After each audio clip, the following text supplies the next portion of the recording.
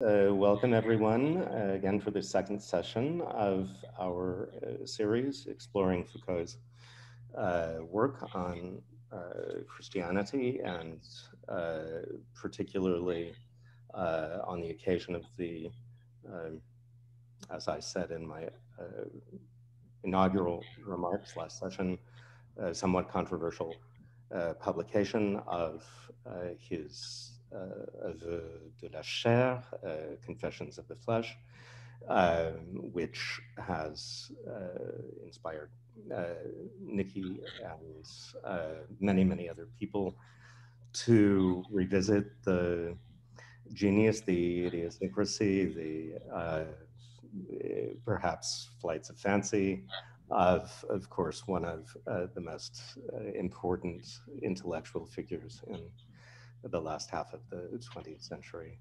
I will not go further at length in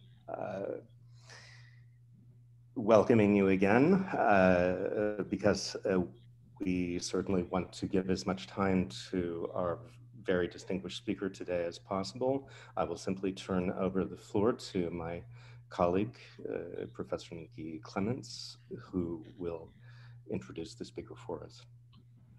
So much, Professor Fabian, and thank you so much to the most distinguished professor, Peter Brown, as well as all of our attendees, both in this country and around the world. It's truly a delight, an honor, and an absolute privilege to be in conversation with these absolute luminaries. And as someone described on Twitter yesterday, the word legendary does not even do justice to Peter Brown. So I feel like this is not at all a moment to undermine and instead to embrace, because the power not only of the work that Professor Brown has brought to the academic discourses over the last 40 years in late antiquity as a period in history, late ancient studies more broadly, but also, as you will come to see during this hour, the really fascinating and formidable influence that Professor Brown had on Foucault as well, and that I've been continuing to develop within archival research at the Bibliothèque nationale de France, as well as through some of the other archival materials that Foucault himself was grappling with and wrestling with in his great turn, not only to Christianity, but more specifically to questions of sexuality and subjectivity in Augustine. Peter Brown needs no introduction in one way, and yet we will do him the honors of a very brief one. Peter Brown was born in Dublin, Ireland in 1935. In 1956, he received his BA from Oxford and was a fellow of All Souls College, Oxford, 1956 to 1975. He was a professor of history at Royal Holloway College, University of London from 1975 to 1978. And then, this is where he meets Foucault, professor of classics and history at the University of California, Berkeley from 1978 to 1983, or 6 on paper. He would then continue his illustrious career at Princeton University, where he would not only be an esteemed professor, but also later on a senior administrator.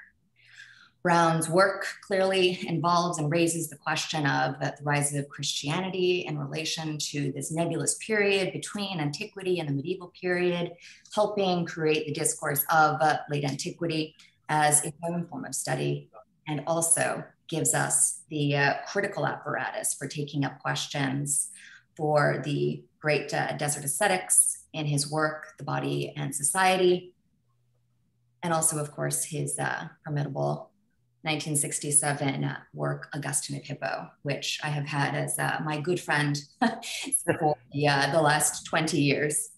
So let me stop here and simply thank Professor Brown again for being here, and also for being in conversation with so many of our other wonderful luminous participants.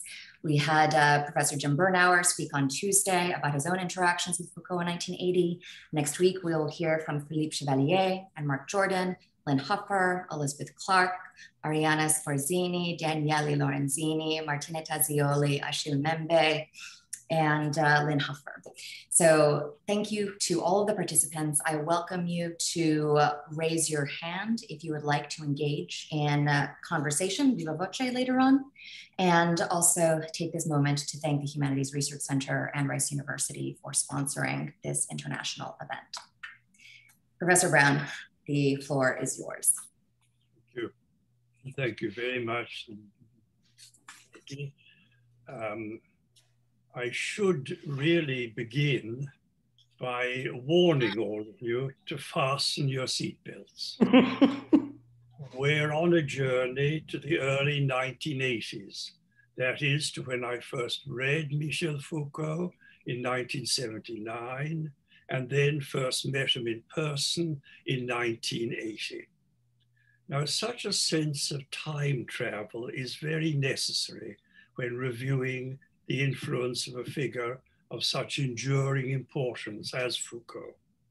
It's important to place him in the inexorable grip of time and space.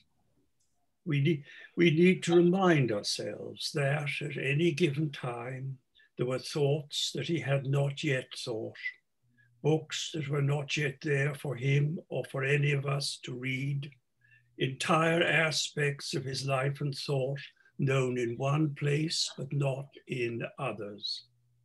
It's easy to forget this in the sort of flattering half-light of Learned's footnotes. Time and space are dissolved. We meet Foucault in a magic, free-floating world where everything seems to link up with everything else. But this was not what it was like in 1980. To begin with, there was a lot of Foucault of which I and many of my colleagues knew nothing. Without internet or YouTube, academe was actually much more like late antiquity than we now imagine. When you wanted to know what were the most up-to-date gyrations of a philosopher's thought, you listened to his voice. You attended his lectures or invited him to your campus, and there was no other way.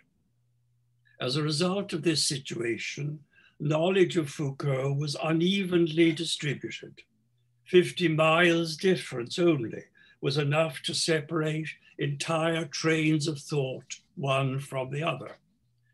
For instance, at a time when I was newly arrived at Berkeley and had begun to read Foucault on sexuality, down the road at Stanford, Foucault had already revealed a crucial project on the study of government through his Tanner lectures, Omnes et Singulatim.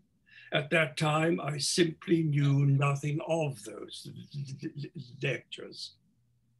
Indeed, the entire project adumbrated in those Stanford lectures, summed up in the title of the book, Security, Territory, Population, remained, as it were, on the breath of the teacher. These lectures were not published until 2007. And in 1977 to 78, when Foucault delivered them in Paris, it was entirely a matter of hearing his master's voice. I was told that Foucault spoke, often wheezing with a winter flute that added weight to his struggle to express challenging new ideas on the nature of the governmentality.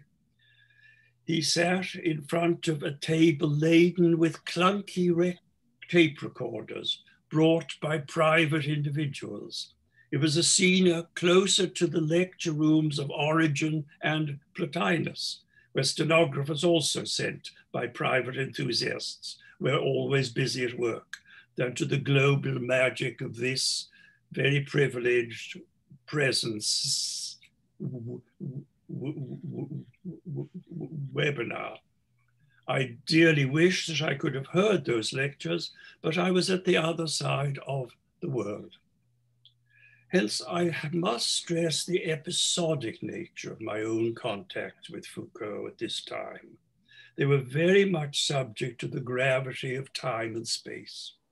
First, there was the Foucault of his well-known publication. These books were already the rage among graduates and professors at Berkeley. What we historians read with great gusto were Foucault's masterly, ironic rewritings of the grand narrative of the coming of modernity in Europe, Madness and Civilization, The Birth of the Clinic, The Order of Things, Discipline and Punish.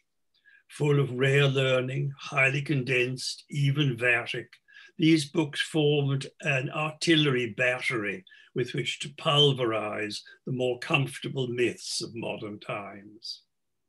I read volume 1 of The History of Sexuality, La Volonté de Savoir, as part of my reading of those books. But I did this already for a reason of my own. Ever since my arrival in Berkeley in 1978, I'd been engaged in studying the working of the moral codes among the elites of the Greco-Roman world, pagan and Christian alike, as part of an attempt to make sense of the role of the philosopher in late Roman society. How did these quiet figures come to exercise such a degree of moral authority at this time? What was the chemistry of what one would call their sanctity compared with those of their Christian peers, the leaders of the ascetic movement of the 4th and 5th centuries?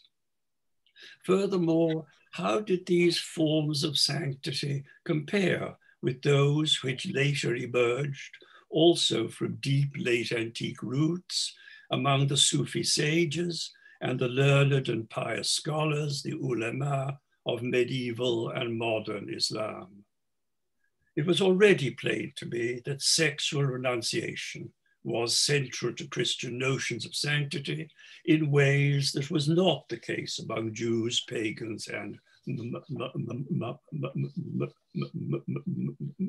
Muslims, and with results that seemed to preoccupy modern persons, Christians or not, up until this very moment.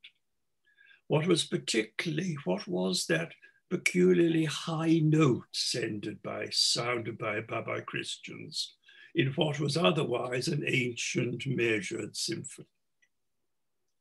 That was what I wanted to find out. And so in the summer of 1980, I applied to Dean Keppel for sabbatical leave in 1981 to write on the theme of virginity and society, men, women, and renunciation in late antiquity. At that moment, La Volonté de Savoir, which had only appeared 4 years previously, in 1976, came to me as a liberation. Every book that I had read so far, from the most conservative to the most radical, had taken two things effectively for granted: that sex was a constant, and that in every century from Christian late antiquity onwards, sex had been repressed. Only in our own days had this mournful permafrost begun to thaw in glorious and vocal movements of sexual emancipation. Now, Foucault would have none of this. He pointed out that our garrulous preoccupation with sex was a recent matter, formed to the fore by preoccupations that were not always linked to movements of liberation. For some reason, Foucault said, sexuality had become the noisiest of our preoccupations. People will wonder what could have made us so presumptuous. That was all I needed to know. If sexuality and concern with sexuality were not constants, then they could enter the flow of real history. The sexuality of a Marcus Aurelius or an Augustine took on new and challenging strangeness. They were perhaps no more like our own sexuality than a pre-modern view of madness or of a prison was like that of its modern avatars. Greeks and Romans, pagans and early Christians were not our fat and apparently highly sexed selves dressed in robes and togas. They were strangely different from us in ways and for reasons that repaid investigation. Then on October the 21st, 1980, I met Michel Foucault in person. He'd come to Berkeley to deliver the Howison lectures on truth and subjectivity on October the 21st on October the 20th and the 21st. The lectures were a grand event. I only managed to attend the second lecture on October the 21st. At the time, I did not know what to expect from Foucault. I was pleasantly surprised when I found that he would be lecturing on Christianity and confession. And not only that, he talked about at great length, with fervor and a remarkable command of the text, were views of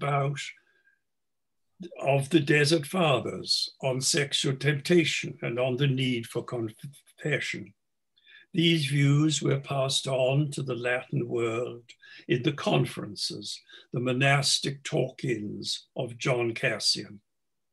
Now, I had just finished a spell of intensive reading of the Conference of Cassian, using exactly the same first-rate French edition and translation as did Foucault. We were quite literally on the same page. I was gripped, but I was gripped also by Foucault's style of delivery. This was very different from the Foucault, of the somewhat vatic polemist that I'd known from his printed works. It was Foucault, the master of the art, which I'd always associated with French classical scholarship at its very best, the art of the explication du texte, the ability to draw out from a single text an entire word through patient and perceptive commentary. Foucault used this style in all the subsequent volumes of his History of Sexuality, endowing them with a classical lucidity that was absent in his earlier publications. And Foucault gave us a new Cassian. Here in the writings of a 5th century monk, little known to scholars of modernity, though dear to my own heart, one could see the turning of an age. For Cassian's insistence on the need for a permanent guide, in fact, for a father confessor, assumed a model of the person that lay at the roots of the millennial yoke of confession, which, in his opinion, had distinguished the Catholic Middle Ages in Europe.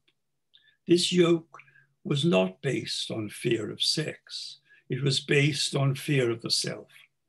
In Foucault's view, Cassian's abiding sense of a fragment of darkness lodged in the self had been passed on to the Middle Ages and early modern times through the confessional practices of the Catholic Church.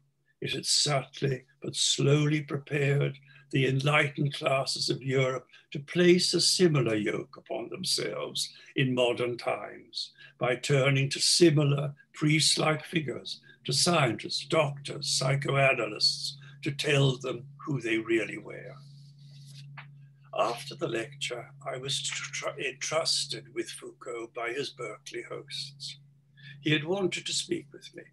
It has been said that he'd read my Augustine of Hippo and knew it almost by heart.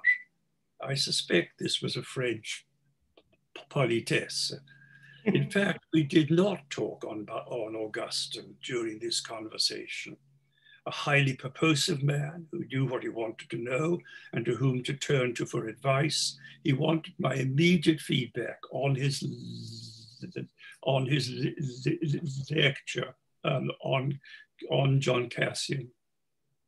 So we made our way to the Bear's Lair, to the student pub on campus at the edge of Sproul Plaza.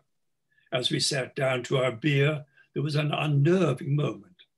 The forceful lecturer suddenly became a pupil. It was like seeing a large police dog turn docile. His body relaxed, his face seemed to broaden as if to welcome ideas. He stared at me with an expression of utter candor.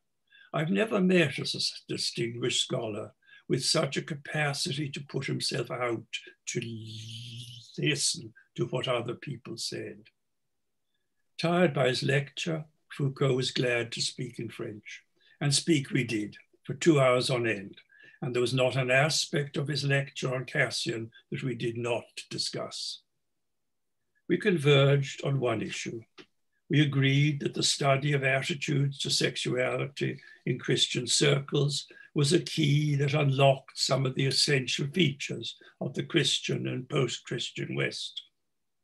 A month later, in November 1980, Foucault told a seminar of Richard Sennett at New York University that recently, he said, Professor Brown stated to me that what we have to understand is why that sexuality became, in Christian circles, the seismograph of subjectivity. Frankly, I don't remember that we spoke in exactly those terms in the Bears Lair, but however it was expressed, the issue was very much in the air in the 1980s.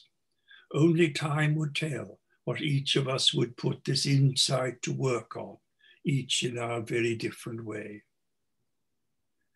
Now, it's characteristic of the extent to which my relations with Foucault were bound to time and place, that the recent publication of his book, Les Aveux de la chair, The Confessions of the Faith of the Flesh in 2018, came as a complete surprise to me. Reading Les Aveux was like discovering a long-lost twin.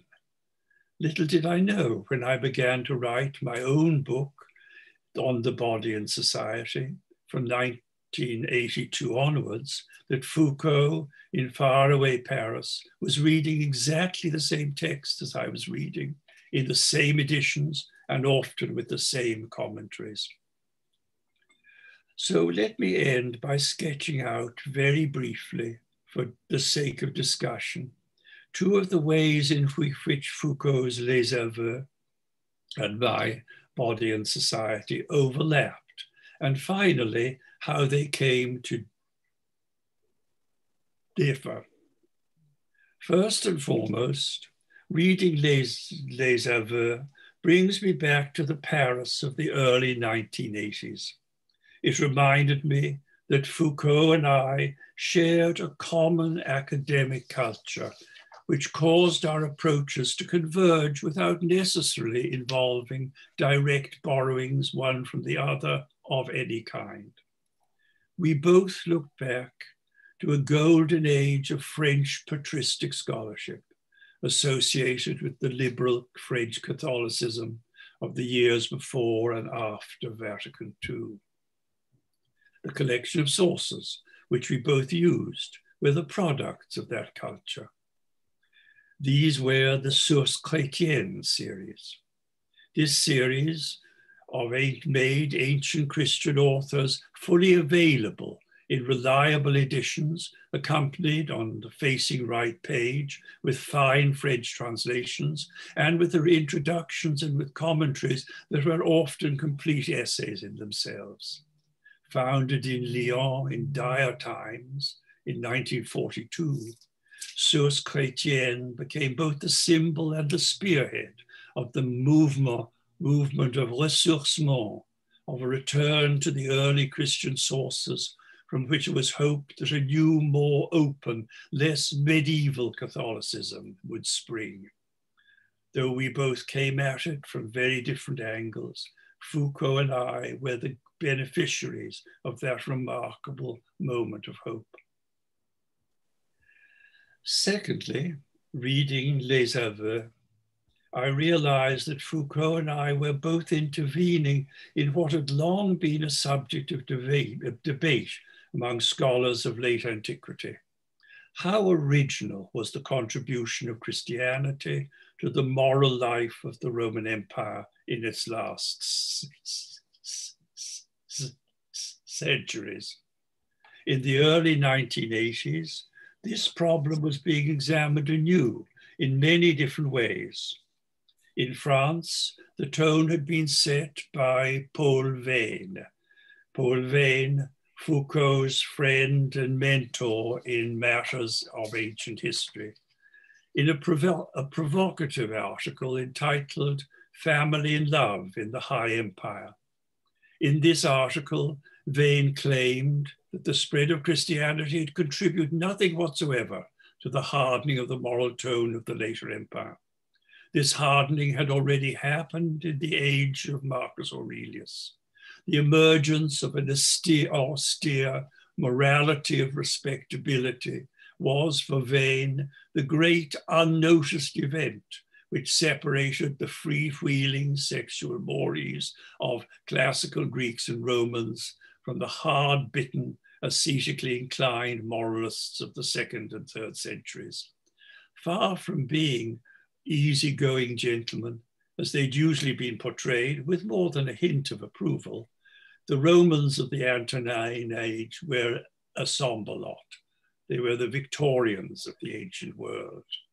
They passed on to the church repressive views on sex and marriage that would last in Europe until modern times. Now here Foucault made a brilliant intervention. In Les Aveux, he pointed out how Christian writers had come to play those restrictive codes in a new key, in such a way that the taboos and prohibitions on sexual behavior took on a new valence among Christians. He showed how new forms of experience came to be expressed in the Christian writings of the 3rd and 4th centuries.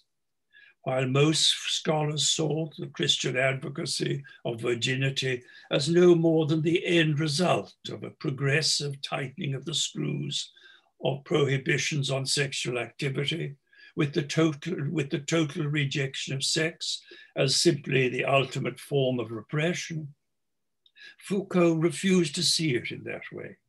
He pointed out how the idea and practice of virginity appeared in a new light in Christian circles, freighted with significantly different, often emancipatory meanings.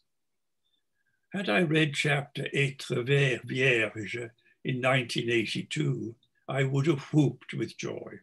It was exactly what I was discovering in the same great texts of Methodius of Olympus and Gregory of Nyssa.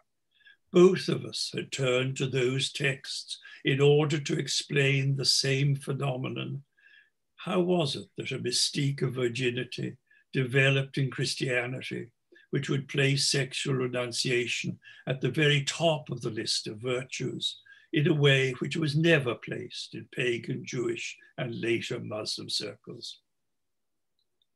Yet, despite this convergence, we went our separate ways. Foucault was a philosopher. He wished to trace the stages by which a modern subjectivity, a sense of the self in relation to sexuality, emerged, somewhat surprisingly, among the Christians of late antiquity. For this reason, he studied early Christian texts very much with their future in mind. He turned to them because major figures, such as Augustine and John Cassian, had left the indelible imprint of their ideas on all subsequent generations of Western Catholics, and eventually on Western Europe as a whole. As a result of this preoccupation, Les Aveux presented a drastically simplified picture of early Christianity itself. Judaism did not concern Foucault. Nor did the world of the New Testament and the complicated story of early Christian origins. This is an absence in his book almost too big to be seen. As a result, his interest in Christianity only began 2 centuries after that time. This was when Clement of Alexandria and Tertullian, authors of the early 3rd century, entered into a dialogue with the cultivated elites of the Roman world and formed an alliance with classical values, which would lead to the creation of a distinctive Catholic Christianity in Western Europe. But early Christianity always struck me as bigger than Western Christianity alone. Early on, the work of Robert Murray in his eloquent book, Symbols of Church and Kingdom, which had appeared only as recently as 1975, showed how in this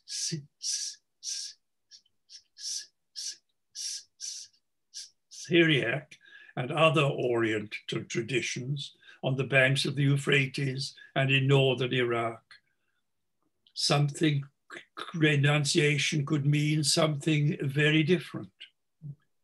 The turn in the direction of scholarship towards the alternative Christianities of Byzantium and the Middle East already fascinated me as I wrote Body and Society, and it is a turn which has now come into its own.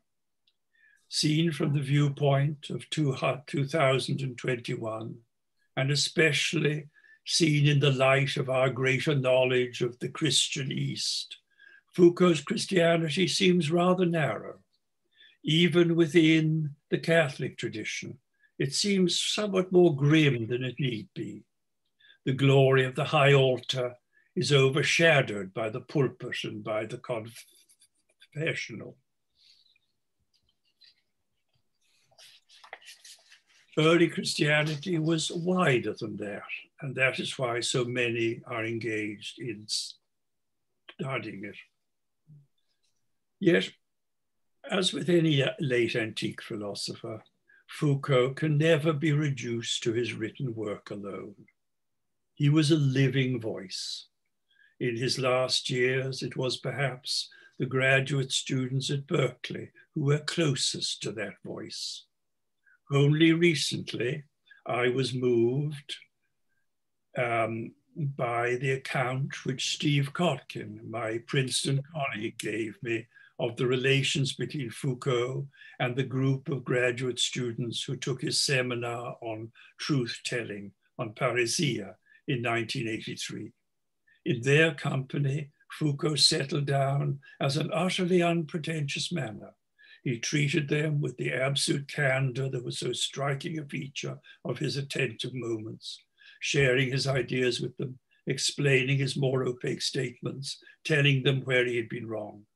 They had been the lucky ones. When, some 5 years later, I completed Body and Society, I summed up my debt to Foucault in a citation from his recent book on Greek attitudes to sex, L'usage des plaisirs, the use of pleasures. After all, what would be the value of the passion for knowledge, Foucault wrote, if it resulted only in a certain knowingness, and not in one way or another, in the knower's straying afield from himself? There are times in life when the question of knowing if one can think differently than one thinks, and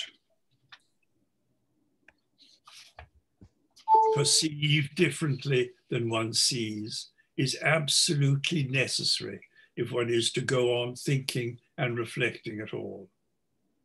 I did not know at the time when I wrote this in 1987 in the preface of my Body and Society, that it was precisely this passage which had been read aloud at the small memorial service in honor of Foucault that took place in June the 29th, 1984, in the courtyard outside the mortuary of La Pitié-Salpêtrière Hospital. I think I had chosen rightly. Thank you very much.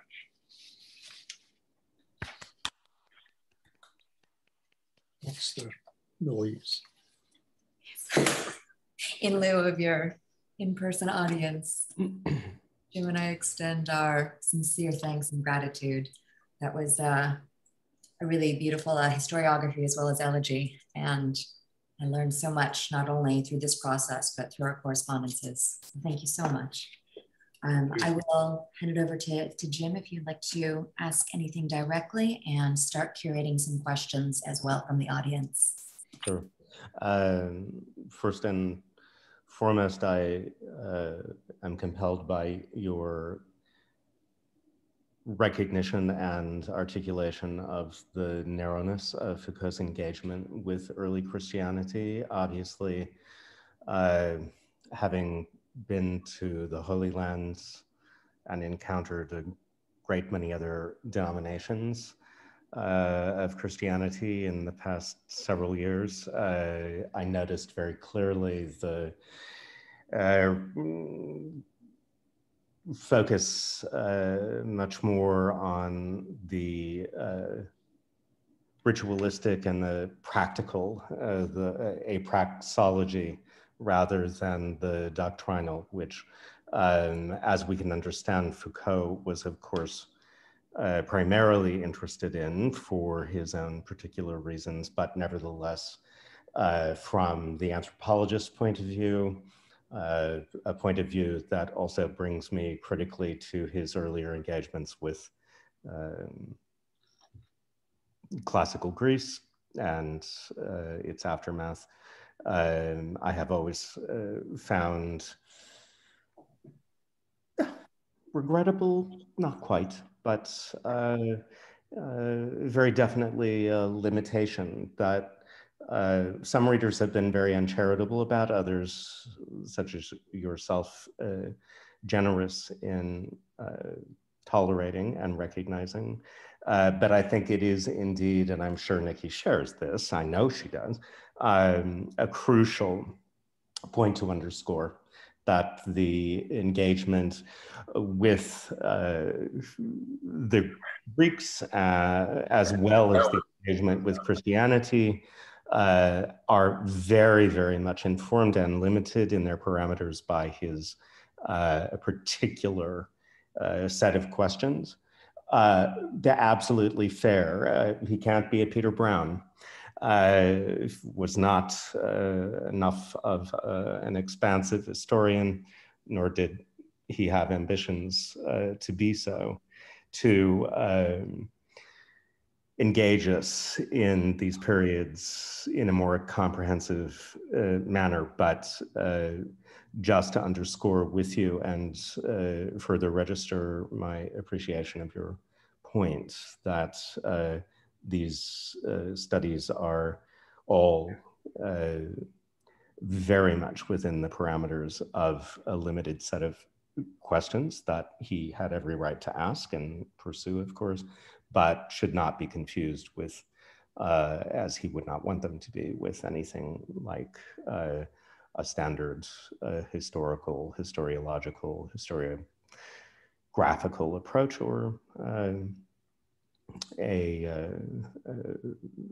kind of pretension to comprehensiveness. So thank you for that. I actually, Nikki, don't have on my screen anything I'm seeing in the way of hands being raised or, I do have some, yeah, Q&A. And I think this fits into your reflections just now, Jim, which is the connection between the disciplines of history and the disciplines of philosophy. And for Foucault, as for the generation of the scholars that both of you have informed, the way in which genealogy is method, is a critical method of inquiry and thinking about the history of our present vis-a-vis our investigation in the past, really opens up not only so much space to think about the need for both history and philosophy to not only be in conversation, but to be able to learn from each other in these critical movements. And I'll frame this in relation to a question posed by another panelist, which is Daniele Lorenzini, who thanks you for your talk, Professor Brown. And his question is, right, you describe the difference between you and Foucault in terms of the difference between a historian and a philosopher. But Foucault oftentimes did describe himself as a historian. So my question is, could you say something more about the way in which Foucault makes use of history for philosophical aims, and about the difference between Foucault's philosophical use of history and your own way of doing history? Yes, one thing I would very much not like to be thought to think, which was that as a historian, I dismissed Foucault as a mere philosopher. That would be the worst form of one-upmanship that one could think of. When it came to the interpretation of those texts, despite their limited number, Foucault was absolutely first class.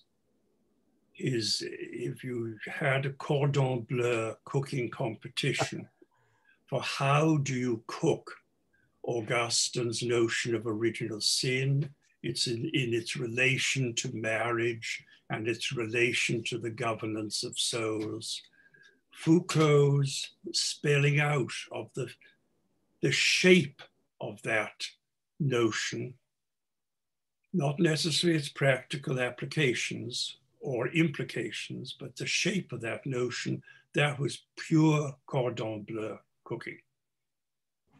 It was of an accuracy which was even more revealing in that when he wrote extra evidence, the newly discovered Divyak letter number 6, where Augustine actually reveals his hand to a much greater extent, explaining the relationship between sex in paradise and sex nowadays, with great care to a patriarch of Constantinople, who I think was highly critical of such views. Foucault, without the help of that, managed to put together from the good Bibliothèque Augustinienne editions of the City of God, of the De Genesis ad Litteram, a portrayal of Augustine's thought on that issue that was thoroughly, absolutely A1.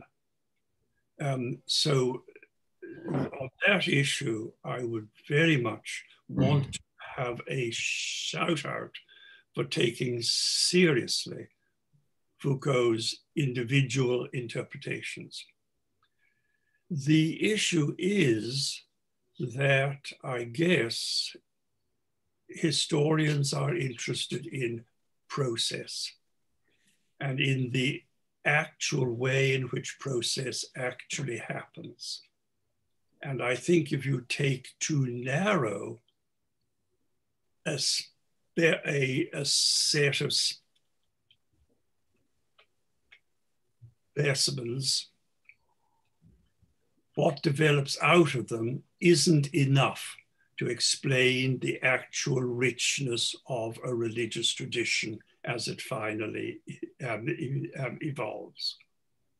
So I think that the difference should certainly not be thought of historians awarding grades for historical knowledge to Foucault. I think what one should also say with Foucault, and I think this is important, in all his theories, his notion of le dispositif, the device, what is the precise institution or environment which acts, as it were, as the challenge that brings these notions together. In his work on early modern Europe, he had documentation which he used with great good historical sense. Unfortunately, in the history of the early church, neither the history of penance nor the history of monasticism, they are absolute minefields still. It's hard to find a simple dispositif in those two minefields. I've been treading these minefields for a long time, and I know how complicated they are. That would be my main answer. As for the limitations of this Christianity, it was very common. One need only listen to some of the regrettable remarks of Cardinal Joseph Ratzinger as Pope Benedict on the notion that Paul turned away from Asia, to see what a dangerous thing this can be. There is a supersessionist element which in modern times we cannot afford to give tolerance to.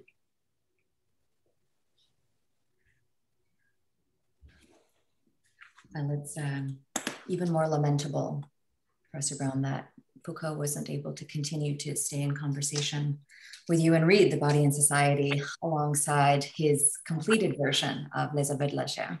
Because as Professor Fabian had indicated the other day, this is a work that is unfinished. The Confessions of the Flesh, as published in 2018 and 2021, is certainly not a completed work, which is clear not only within the archival history of the manuscript, but also the fact that Foucault was continuing to edit this manuscript during the last couple months of his life. And in fact, this is how I came into communication with Professor Brown, because as I was in the archives of Bibliothèque Nationale in box 84, there's a folder number 11, which has a few manuscripts, Sur les tables de Michel, as Daniel Defer had written. And these are the works that Foucault had ready to hand as he was editing Les Aveux de la chair. And one of the three pieces, two were from Foucault's earlier works, but the third was a lecture, Augustine and Sexuality, that Professor Brown had given as the Rabbi Irving lectures in 1983 at Princeton. And I had just looked up the internet in order to find a copy of what these magnificent lectures must be, and found it on academia.edu of all places. But the way in which the broader dispositif that both puts us in the position of having to make this conference virtual, but also invites the opportunity to make these connections live is very singular and exciting in its own right. But I bring this up because the fact that Foucault had your work ready to hand as he was editing Les Aveux de la chair not only signals how unfinished the work was, but also your enduring influence on this text in particular, as well as the broader machinations that Foucault works through from October 21st, 1980 until his passing in 1984. So I think it's worth flagging the way in which history and philosophy are not separate discourses. And as you said in your Haskins lecture from 2003, the milieu in Berkeley was one of interdisciplinarity, right? Not just a buzzword, but an actual form of engagement between people in many disciplines. And I think this really testifies to the way in which, as a philosopher, as a critical theorist, Foucault also was learning from you as a historian, Paul Veyne, Pierre Hadot, certainly as well. But there's no break between history and philosophy, just as there's no break between the philosophers and the monks, as you describe in your Hale lectures from 1980, that I think were very influential on Foucault's work in turn. More specifics on that later. I'd like to raise a question from Lynn Huffer, another panelist. She says, thank you for your remarks, which were illuminating, moving, and poetic. I have a question about the famous seismograph of subjectivity quote. If early Christianity is the beginning of what will become modern confessional subjectivity, how are we to understand Foucault's other claims in The Order of Things and elsewhere that the modern subject is a 19th century invention? Perhaps a seismograph is doing something other than tracing a line from past to present. It tracks the fissures of the earth, the emergence of cracks rather than the continuities. So I don't know if you'd like to respond directly. I'll try to do so, but I don't know the Foucault between those written works and his Les Aveux. He may have changed his mind. Philosophers often do that. I really wouldn't be able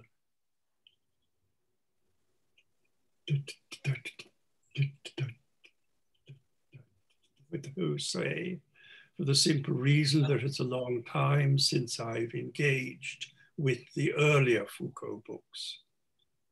In some ways, my interest in his history of sexuality, and then my expectation of something like Les Aveux, my contacts with him, rather drew a screen between myself and his earlier work.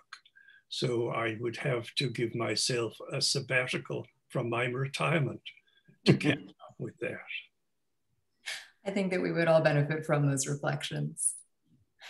I will briefly note, simply because this is in part about you and your own influence, the two pieces that had appeared in, that Foucault had authorized to be published that feature in Les Aveux, the Battle for Chastity on Cashin, that appeared in 1982, where he cites you directly in relation to the watershed language. And then his 1981 Sexuality and Solitude lectures that come from the James Lecture at NYUIH.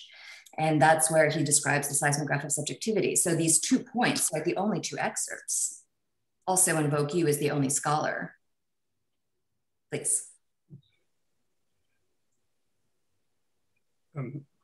What we actually talked about at the Bear's Lair, other than the quality of the beer, the nature of student life, and other important issues for a philosopher, was actually the cosmological background of John Cassian's notion of the lability of the thoughts of the monks. I tried to get him more interested in Origen and Evagrius of Pontus, so as to put the endeavors of the monks in, how to put it, a wider framework. I felt he had a somewhat laicized view, which, studying late antique texts, meant a decosmicized view of the actual person, the way in which these monks conceived their own persons.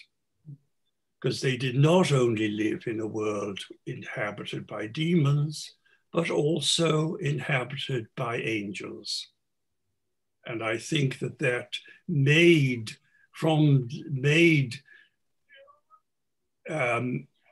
Foucault's immensely perceptive analysis of Cassian short of one dimension.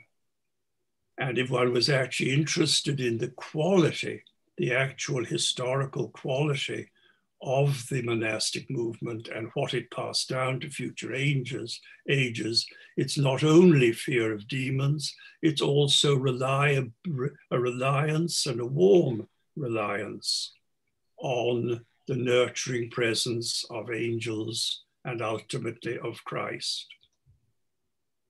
It was just simply adding, how to put it, painting in richer colors what Foucault had drawn with great accuracy, but in black and white only. I think these involved issues of subjectivity, but we certainly didn't spend our whole time talking about subjectivity. I liked the idea of a seismograph. We certainly use that one. It's such a beautiful reflection on the spirited agencies and the turn that Foucault also is making, it seems, within the archives towards incorporating Evagrius and the epithegmata, and a keener sense, certainly in the wake of your own meeting, is vital to note. And perhaps this allows for another answer to Professor Hopper's question, which is, why does Foucault kind of get stuck in this particular reading that is kind of dispirited, right, laïcité? And part of the answer seems to be that the construction of Les Aveux de la chair started as that second volume, La chair et le corps, and the way that confessional manuals are so central to his view in Christianity, looking back in the history of sexuality, in part through ponderous tomes like that of Watkins, A History of Penance, which Foucault has copious notes on. And so I think that there's this framing, right, from the perspective of the modern that then kind of stripped away so much of the heart that you managed to bring forth in your conversation together. So this is remarkable to hear. I wonder if I could follow with a further question about not necessarily Foucault as a philosopher, but Foucault as genealogist versus your own extraordinarily erudite and much more expansive engagements with antiquity and with very much appreciation of your refusal to banish the philosopher from the enterprise of history, absolutely perfectly put in the case of Foucault. I'm wondering still methodologically what you might think genealogy as a methodology of reading, which was always attached, or at least in his latter day estimation of himself, always attached to an archaeological, he called genealogy a design of research and archaeology a method. What sorts of consequences, I'm sorry, this is a huge question, so be as brief as you care to be. What sorts of consequences do you think Foucault's particular dedication to genealogical design of research and an archaeological method of research into the past, which of course was extremely acute and illuminating, have for, in particular for an historian such as yourself, whose vision and engagements are so much more broad? Big question, sorry. No, it's actually a very important question. And let me try to answer it. What struck me rereading his work, his Howison lectures, and his interviews at Berkeley with the philosophy department, as well as his others in the 1980s, was that fragiliser, to render fragile, modern certitudes. You cannot do that often enough. And the best form of dynamite is genealogy. There's no doubt. Don't forget, this is a long history. And here we may be dealing with the bifurcation of philosophical traditions which actually coexisted. I grew up on R.C. Collingwood's idea of history, which is a Crocean neo-Hegelian. My great friend and beloved mentor, Arnaldo Momigliano, in his youth was deeply influenced by the same notions that no concept we handle, no institution we belong to doesn't have a human history. And if you have a human history, you can unwind that human history. It gives you, if only on a subjective level, a freedom to push around what seemed like immovable furniture. So for me, that was my immediate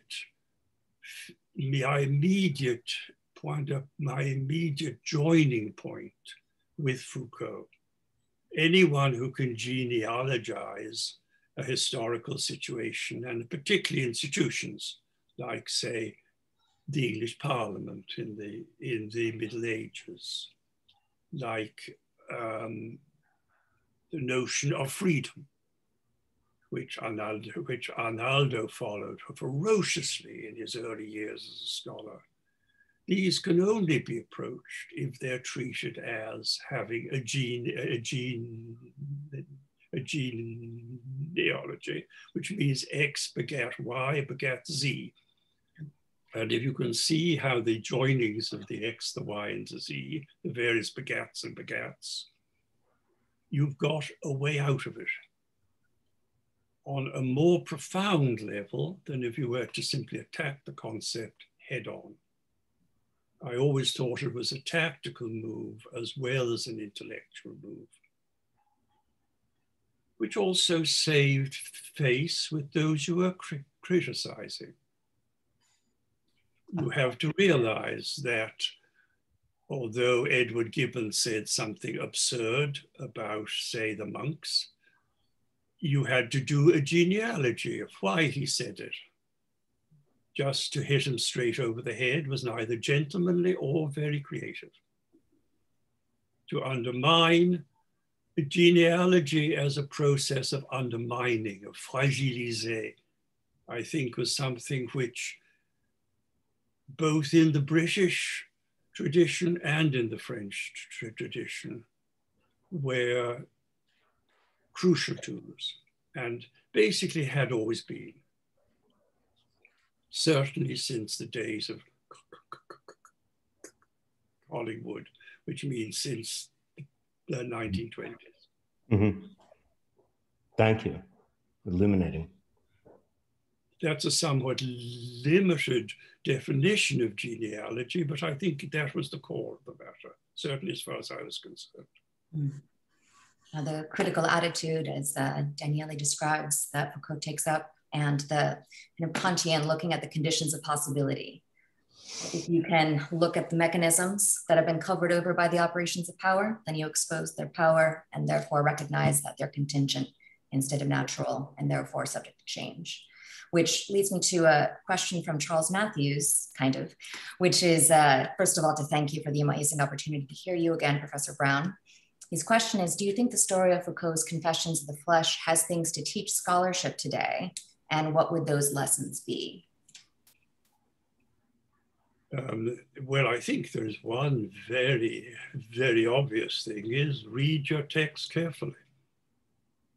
Foucault in Les Aveux de la chair, not only with Augustine, but also with Cassian and Gregory of Nyssa and Methodius, there is a care taken in unpicking what people say and why they want it to say it, a care for the inner logics of the text and the exposition, which I still think is absolutely admirable.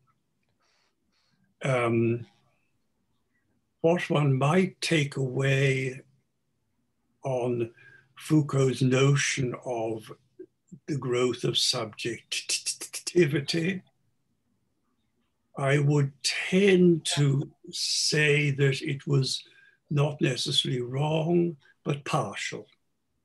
When one studies the ascetic movement, for instance, this is not necessarily what its real spearhead was. Certainly, when I was writing Body and Society, the emancipatory elements in virginity, and what in the case of John Cassian, and I think Nikki would agree with me here. In the case of John Cassian, it's the transformative elements of Cassian. The fact that the human body can respond to the motions of the soul in a forward-going direction towards some goal beyond death, but nonetheless a goal that can be followed, a goal to aim at. I think the danger of Foucault's presentation is that it simply, how to put it, it catches the fathers on the back foot. And one should perhaps look at them more on the front foot. This is not an apologia for the fathers. It's just how they, I think, would have wished to have been read. Gregory of Nyssa's portrait of the good death of his sister Macrina, which I actually discussed with Foucault and with Paul Vane. The only supper I had with them when I was passing through Paris in the winter of 1981, an icy winter. We did have supper together. Foucault cooked a recipe of a Poitevin recipe of his mother, and what we really hammered out, or Vane noticed it, was that I'd made a mistake in the description of the death of Macrina, that I had her facing towards the sunset, a good romantic Schilleresque view, while it should have been towards the mystic east. And we spent at least half an hour on that, and it was a great conversation. And what was at stake was, of course, the trajectory of the soul and the body towards something larger than itself, beyond itself. And to capture that, which Foucault took to very easily, but did not perhaps give sufficient emphasis in the written book itself.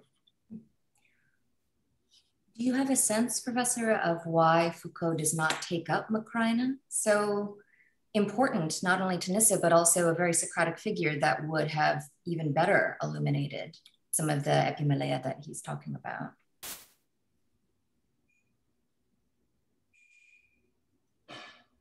No, I really don't know. I would, and I wouldn't, I would not.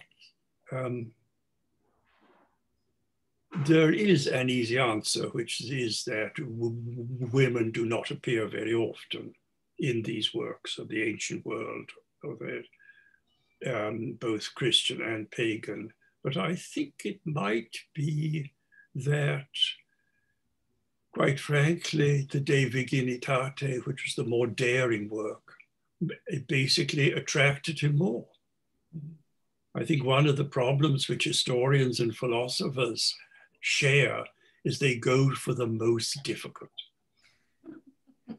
There's a real wish, certainly in the 1980s. I must remember there was a historiography there, common to the French and to the English world, where there was a great belief that concentrating on the extreme examples, on the outsiders, on the rare cases, on the weird events like Robert Darnton's The Great Cat Massacre.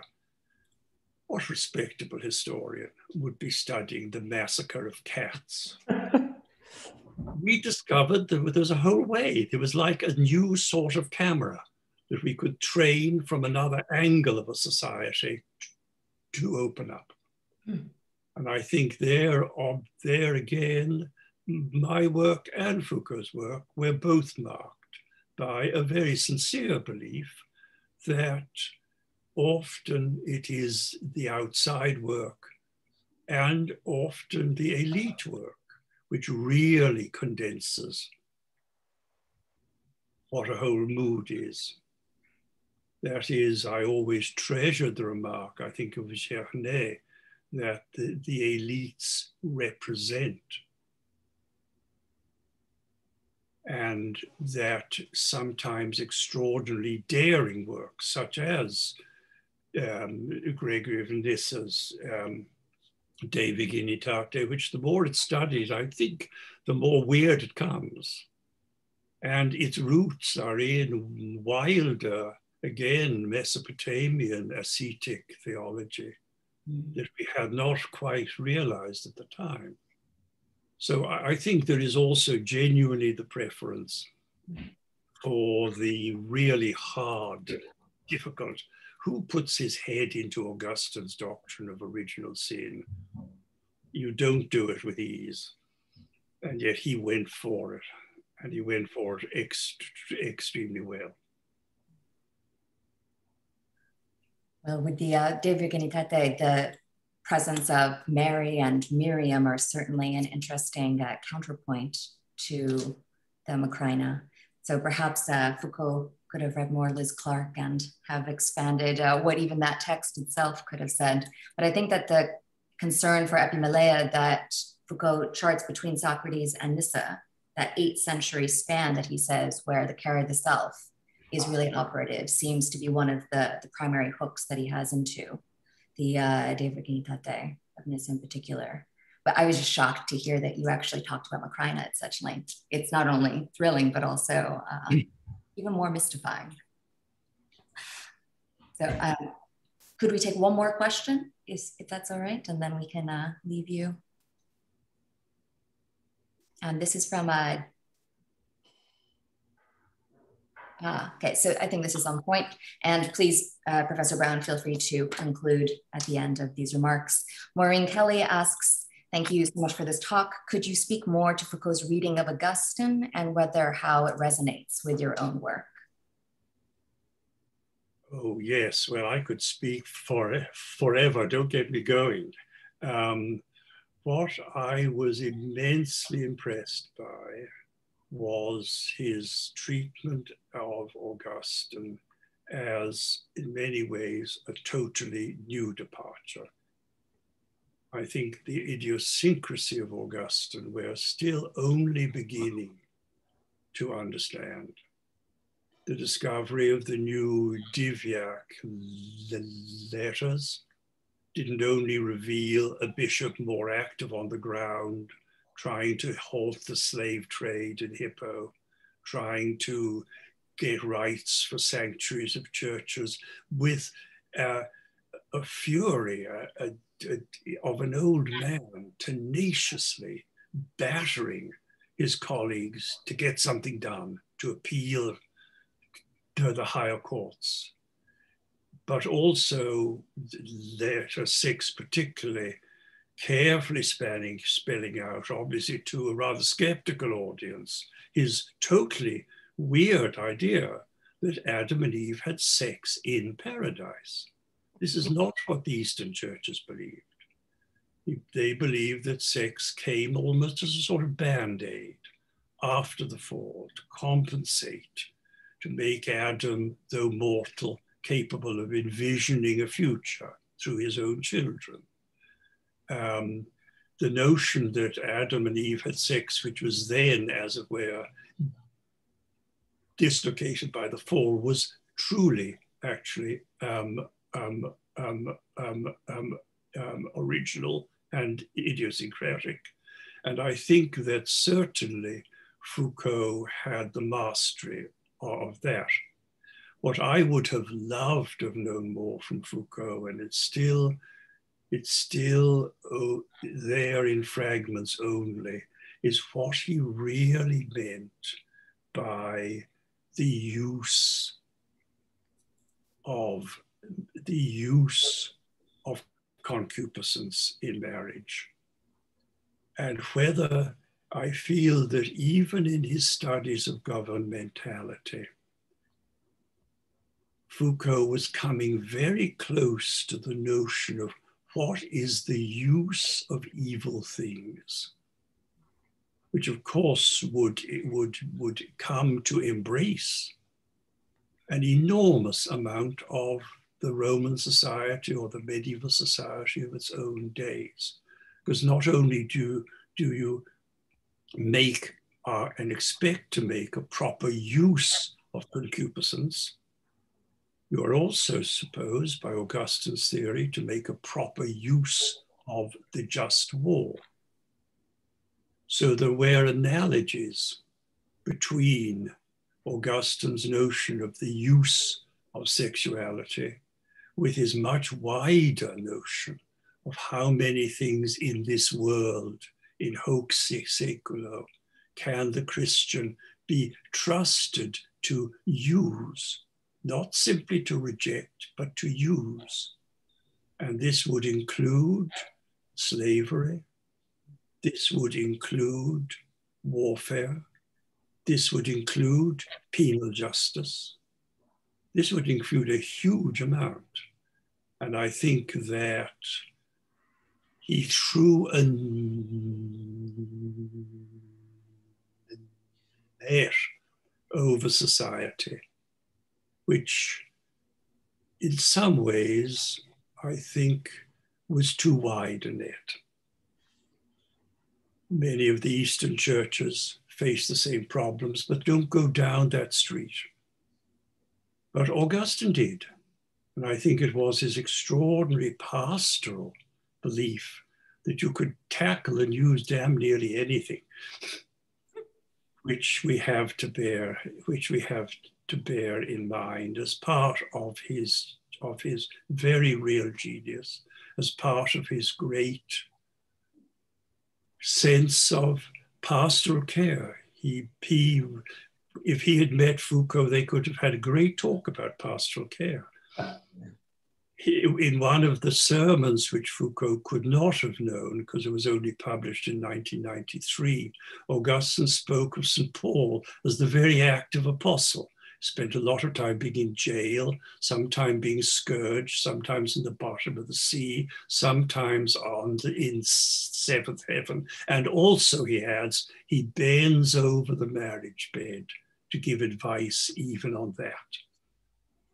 And that ambition, that bending over things, I wouldn't want an apostle bending over my marriage bed, but it might be better than my brother-in-law. We must remember that popular culture, popular justice could be very harsh. But that capacity to take in phenomena, which had simply been lumped together as worldly things that you don't analyze too closely because you don't wish to control too closely. I think that is the august, and I would encourage people to continue to study. Thank you so much. Can I just say it as a matter of registering the flow of this series at this juncture? The lecture that James Bernauer gave today and the lecture that you gave today are a beautiful complement, registering in each of the presentations, the complexity of the historical placement of Foucault and